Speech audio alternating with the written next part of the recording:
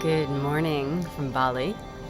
I'm Kat Kabira, and the sun has just risen. The island has already started its awakening sounds, which includes dogs, traffic, roosters, humans. And I've just been sitting in this little jungle spot and just considering what would be really helpful to share with you today. So I have this course coming up in 3 weeks called Badass Boundaries, and one of the intentions is really being able to own your own true desires. And how do you actually know what you really want? How do you know it's not the influence of others, the influence of your ancestry, still like the remnants of like the desires of your family and the part of us that's consciously and unconsciously still looking for love, from mom and dad and approval? How do we really know what's right for us? And I think this is a fantastic question that we get to ponder in a very sincere way, especially now with the global awareness that we have. It's not just our own thoughts within our own community. Like, we are part of this global community, which kind of COVID has shown, this, but also all the opinions, right? And my work gears more towards those of us who are empathic, and there's many ways to be an empath, and especially how to manage if you have a very open or absorbent system, and how do you really stay with yourself. So to me, there's always that intellectual awareness, but that's just the mental field. And when we talk about embodiment, it's working with our physical, emotional, astral, karmic bodies as well. And we could just say like the subtle energetic body, like your own energy structure. And so a really simple way is like, how do you know that you're grounded, that a palpable current, not just like, oh yeah, I know what grounding is, right? But like it's a palpable current from the ground that is rising up into your feet, rising up into your perineum, maybe your cervix if you're a woman, rising all the way up. How can you feel when you're in your midline? How can you feel when you're in your hara line? And how can you feel when you're not? How can you feel when you've got the current of the divine coming down into the crown of your head? Because when we're making decisions, if we're just going with our mental field or weighing out what everyone else thinks as well, but just going from logic, but really disregarding our own energy body, or not even coming from the integrity of our energy body, we're not going to make the decision that's right for us. And every single one of us has a very different energy body. So one person's real yes will be someone else's real no. And so that's also the challenge, is like how to be confident of, yeah, I know all these other people have these opinions and it's a no for them, but it's a yes for me. Because all of us are going on a very specific frequency and timeline.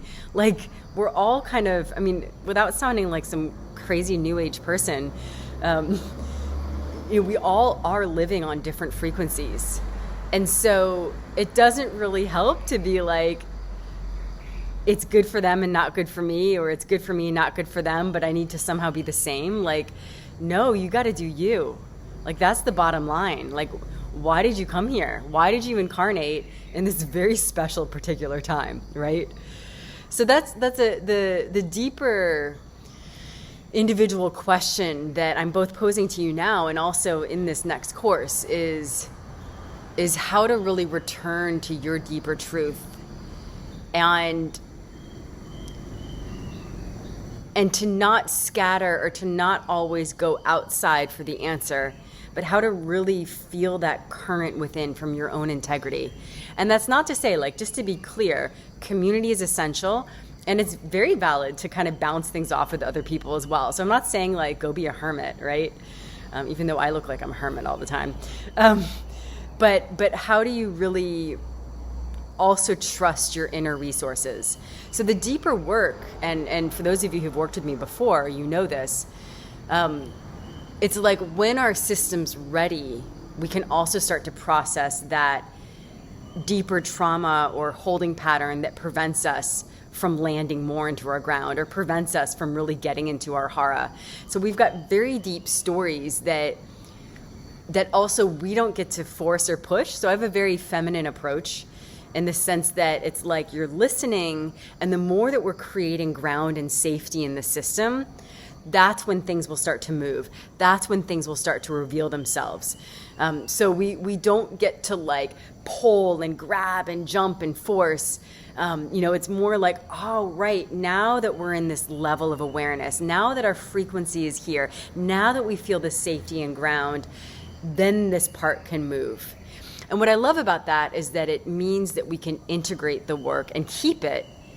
If we end up pushing or forcing, and I guess I'm kind of doing a little aside of the energetic modality that I do, that if you're really going with the rate that the system is willing to go, then you'll be able to integrate it.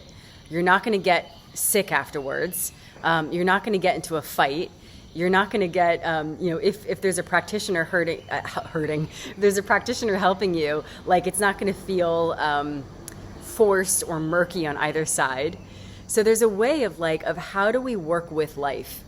And, you might have heard in other videos or, if you've worked with me, and one of the patterns I work with, and I think it's very strong right now, and it probably will stay strong for, a couple more years. Those of us who are like, I don't want to be here. I'm out. I'm done. I'm not all in anymore.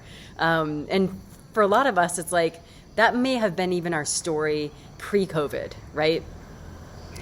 So it's like, how do we work with this part of ourself that's constantly kind of stepping out? And how do we find a way to step in more fully? Just take a moment and breathe. And even just feeling where your breath is.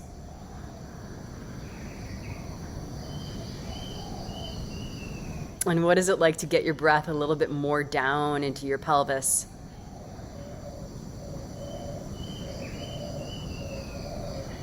And even sensing your breath more into your sacrum and your lower back.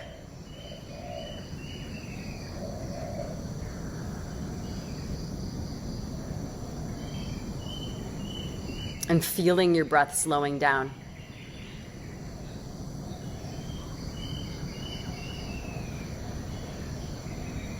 And for some of you, this just getting your breath in sacrum and your attention right in front of your sacrum.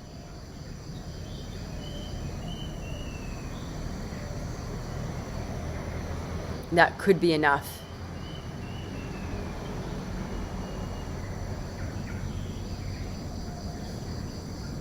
You might even take your awareness to your sit bones or pelvic floor or your cervix, and just noticing where your attention easily lands.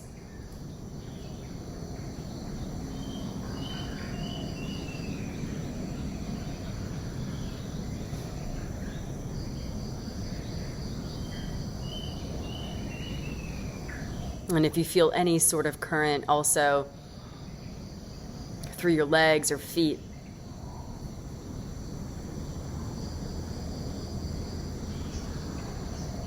and let's go with the soft path or the hummingbird path of, instead of forcing what's not there, how do you stay with what's already lighting up now?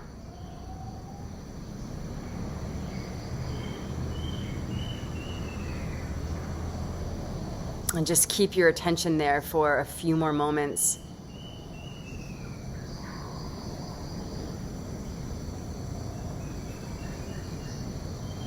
staying curious or fascinating around the sensations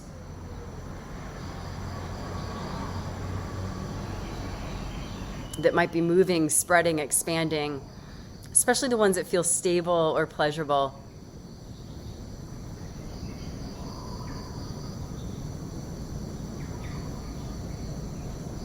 Around your legs and pelvis.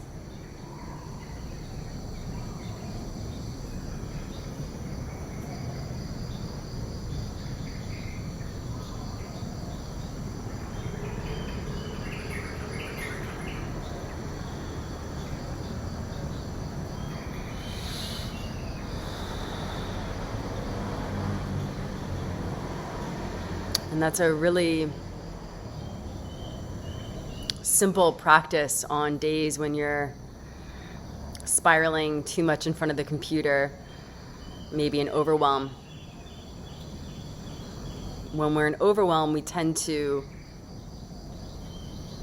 need simple instructions, practice. We might even have a more child part of us that's more alive. So simple is easier and better. And so just taking your attention down to the front of your sacrum will help you kind of land in, or breathing down into your pelvis. And even just noticing, do you feel your legs or feet? And we can be very stubborn when we're not grounded, because we're like, I don't want to be here. So you kind of watch that resistance. You don't fight it, but you also don't entertain it. And you just kind of watch and see, okay, what part of me does start to land or show up? And when we're in particular stuckness, and I know I've left a video a few weeks ago around suicide. So a trick that I've had to do is, because that you're like in a deep freeze and a deep stuckness, right? Is finding somewhere around you in your room or environment that's pretty or pleasant looking or interesting. So, nature is easiest because you can be like the sky or the clouds or a flower or the leaves. But you can also fascinate on light patterns in a room, or like some painting in a room, or even the grain of wood. But something where you can start to take that energy that's stuck inwards and move outwards into this reality. Remember, we did incarnate in this reality for a reason. And you'd be like, there's something nice here. And, for those of us who are like, but I've been working with my ground forever. If you're highly sensitive, right now, everything is changing so much faster on the planet and consciousness than we've ever experienced. So there's a constant meeting of ourselves that's new. A constant invitation to strengthen in a new way as well, and to go into the older things that might be holding us back. But that the up-leveling of self-care is just committing to how do you come back to your center and ground.